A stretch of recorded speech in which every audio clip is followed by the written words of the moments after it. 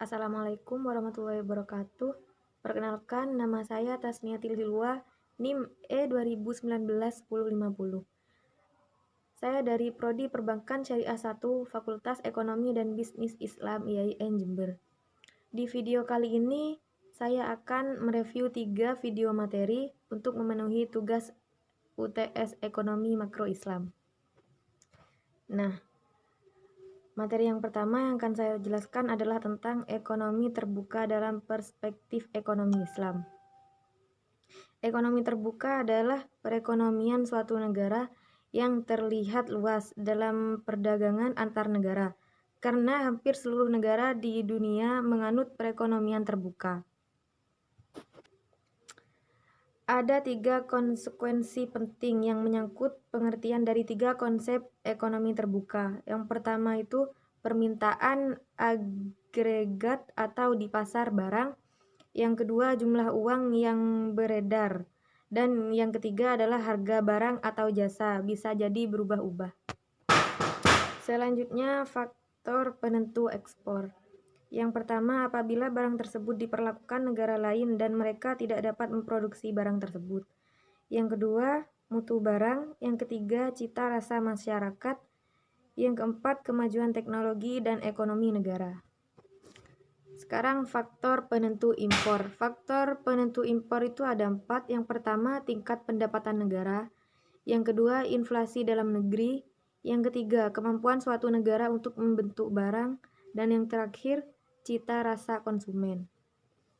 Di dalam ekonomi terbuka itu juga terdapat keseimbangan perekonomian.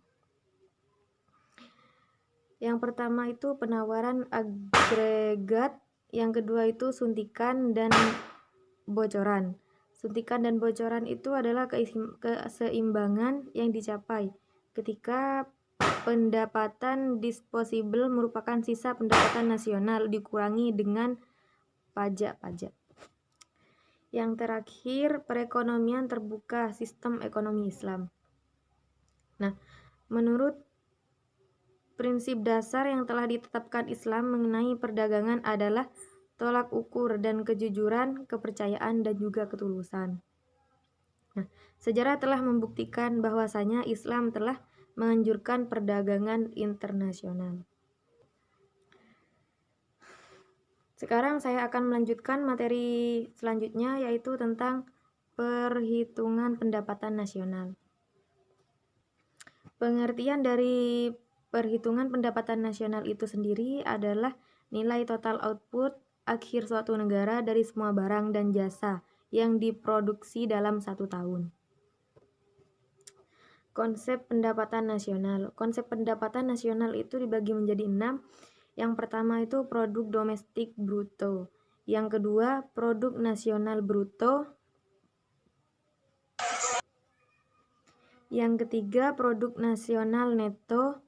Yang keempat, pendapatan nasional neto. Yang kelima itu pendapatan perseorangan. Dan yang terakhir, disposable income atau pendapatan siap dibelanjakan. Manfaat perhitungan pendapatan nasional itu ada 10. Yang pertama itu mengetahui tingkat kemakmuran suatu negara. Yang kedua, mengevaluasi kinerja perekonomian dalam skala tertentu. Yang ketiga, mengukur perubahan perekonomian suatu negara secara berkala. Yang keempat, memudahkan dalam membandingkan kinerja ekonomi dari setiap sektor.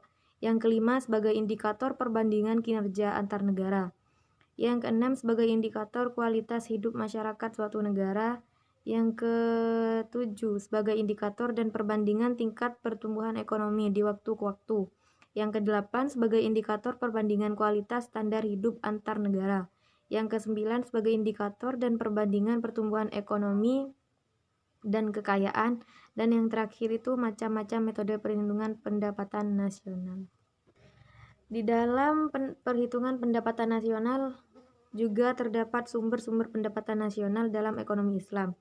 Yang pertama itu ghanimah, yang kedua sedekah, yang ketiga infak, yang keempat zakat, yang kelima usr, yang keenam jizyah, yang ketujuh kharaj, yang kedelapan pajak tambang dan harta karun, dan yang terakhir itu wakaf. Selanjutnya saya akan mereview materi ketiga atau materi terakhir, yaitu tentang uang dan fungsinya. Nah, pengertian uang itu sendiri adalah benda yang diterima masyarakat umum sebagai alat tukar dalam kegiatan ekonomi. Jenis-jenis dalam membuat uang itu terdapat bahan logam dan bahan kertas. Dan jenis-jenis lembaga yang mengeluarkan uang itu ada uang kertas dan uang giral. Nah, jenis-jenis uang menurut nilainya yaitu uang penuh atau nilai dan barangnya sama seperti emas. Dan yang kedua itu uang tanda. Nah, sekarang fungsi asli dari uang itu sendiri yaitu sebagai alat tukar, sebagai alat penyimpanan nilai, dan sebagai satuan hitung. Sekarang fungsi turunan uang. Fungsi turunan uang itu yang pertama sebagai alat pembayaran transaksi yang sah, yang kedua sebagai alat pembayaran hutang, yang ketiga sebagai alat penimbun kekayaan, yang keempat sebagai alat pemindah kekayaan, dan yang terakhir sebagai alat pendorong ekonomi. Dan sekarang yang terakhir fungsi uang itu sendiri menurut ekonomi Islam, yaitu sebagai alat tukar, alat hitung, dan alat penyimpan kekayaan. Sekian dari saya, kurang lebihnya mohon maaf. Wassalamualaikum warahmatullahi wabarakatuh.